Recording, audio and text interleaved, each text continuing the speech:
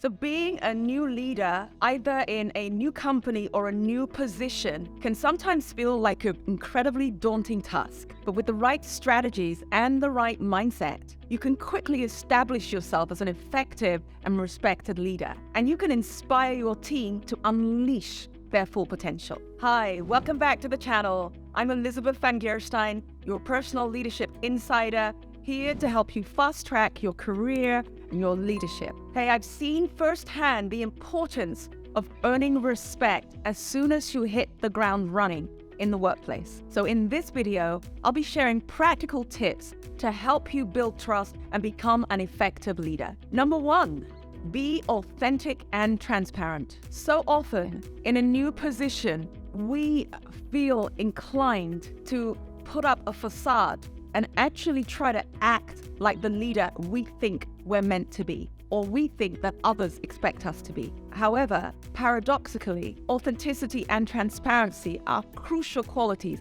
for any leader who'd like to earn the respect of those that follow him or her. Being authentic means being true to yourself and allowing your true self to come across, just showing up as you are, as it were. At the same time, you want your competencies and your skill to speak for themselves, inspiring your team to have confidence in you as their leader. In this way, you show your team that you're human and that you're relatable, and that you also value their input and their contribution. So when it comes to transparency, as a leader, you can't get clear enough about your goals, your expectations, and your decisions. This helps to build trust and confidence in your leadership and encourages your team to be more engaged and invested in their work. Howard Schultz, the former CEO of Starbucks, gives us a great example in transparency. A notable moment was when he made the decision to close all of Starbucks stores for one day back in 2008. He did that to retrain baristas on how to make the perfect espresso shot. At that time, Starbucks was facing financial challenges, and they were being criticized by many customers who felt the quality of the coffee had declined. So two major issues here: customer satisfaction declining and perceived quality of service and product also declining. So rather than trying to downplay or ignore this situation, Schultz addressed it head on. He took the bold step of admitting that the company had lost its way and needed to recommit to its core values of quality and customer service. Another noteworthy example of transparency and authenticity and vulnerability was when Starbucks closed its stores again to retrain employees.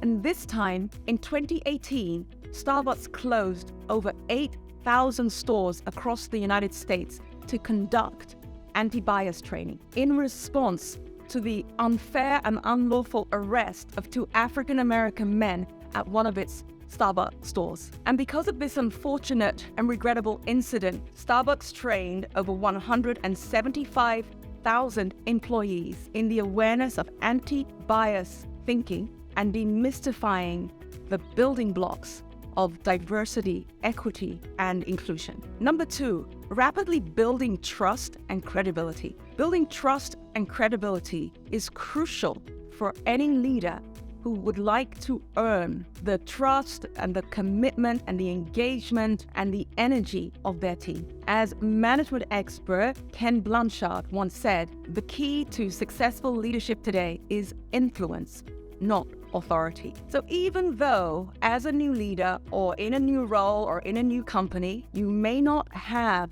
the experience or the know-how that comes with authority, you can still increase in influence by building trust within your team. As a leader in a new role or in a new company or in a new context, you may not have the experience or the background or even the relationships that will give you authority, but you can still inspire influence by building rapid trust with your team. One of the quickest ways to do this is by being transparent, honest, and consistent with your words. Another way to build trust is to ask for feedback from your team members, listen to it, and adjust behavior and actions when appropriate. This shows that you value their input and that you're committed to collaboration and teamwork and making improvements. Additionally, it's crucial to follow through on your commitments and hold yourself accountable for your actions. Number 3, communicate clearly and effectively. Clear and effective communication is essential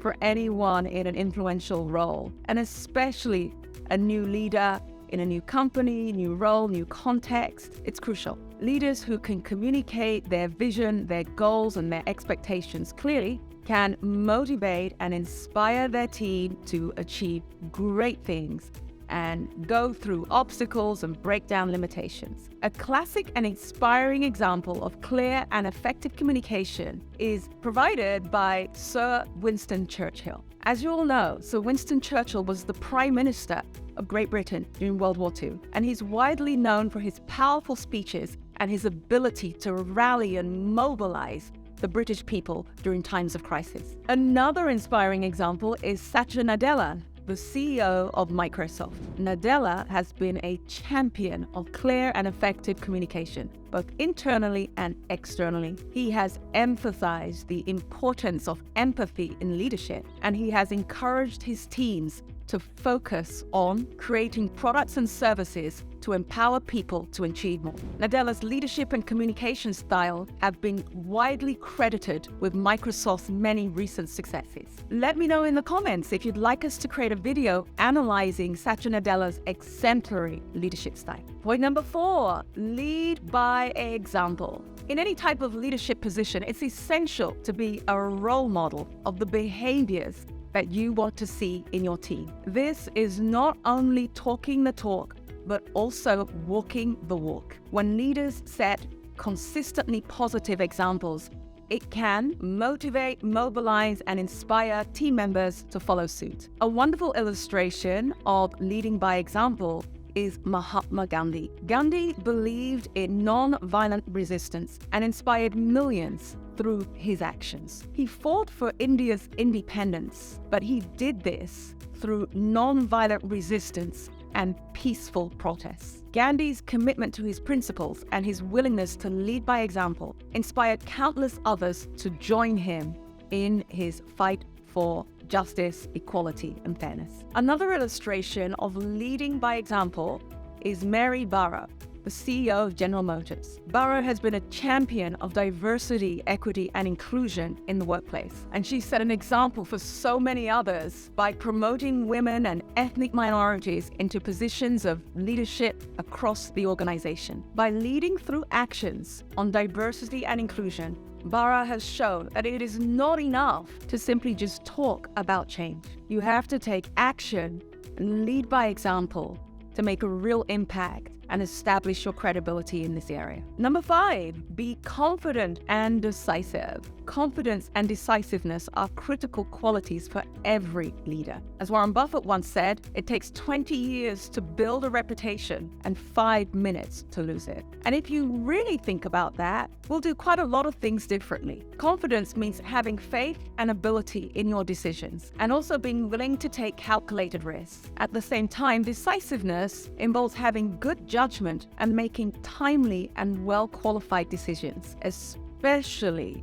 when there are multiple moving parts and the outcome is uncertain. A well-known example of a leader who embodied both confidence and decisiveness is Steve Jobs. Jobs was known for his bold vision and his willingness to take risks, as well as his ability to make quick and decisive and bold moves within his company, credibly getting the buy-in and the commitment and the engagement from your team is the pathway to establishing yourself as a leader that others want to follow. But confidence and decisiveness mean nothing without the engagement, the commitment, the loyalty, the focus, the prioritization, and the excellent execution of your team. So let's use our decision-making to confidently enhance all of these aspects in our team dynamics. Number 6, developing your emotional intelligence. Emotional intelligence is the ability to understand and to manage our own emotions and to have an awareness and an understanding of the emotions of others. Make sure to share this video with